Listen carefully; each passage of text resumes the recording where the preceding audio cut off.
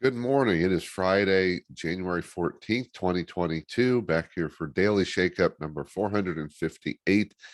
And today I want to talk about relationships at work, particularly based upon really knowing your people, not just knowing a little bit about them, not just getting their name right, which is often a challenge in itself, but really taking the time, being intentional, asking some different questions to really get to know them. I'm reminded of this often because many years ago, I was working with a client, not a very large organization, maybe 20 or 30 people. And my task was to meet with every team member, just get a sense of them. How were they in terms of engagement? What were some of the challenges? What was going well? And I sat down and talked with one of their team members who I had been told by everyone else was their best writer. Now, I won't get into their business, but everyone emphasized that this team member was their best writer. So to me, the most natural question to ask her was, you seem to enjoy writing. Have you ever thought about writing a book?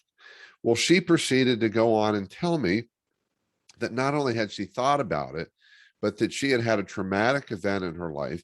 She had started to write a book. She had a publishing deal, but that she had decided she wasn't ready to share that story with the world. She shared that with me in about 5 minutes. And I said, wow, what an incredible story. And she paused and then looked at me and said, I've worked here for 3 years and no one else here knows that story. And I thought, how is that possible? How is it possible to have someone who enjoys writing, who's your best writer, that no one has ever asked her about writing outside of work? And that's the problem we have with relationships. We keep our questions, our inquiries, our level of interest all about business. We don't go to that one little extra step of curiosity to really get to know our people simply by asking questions like that.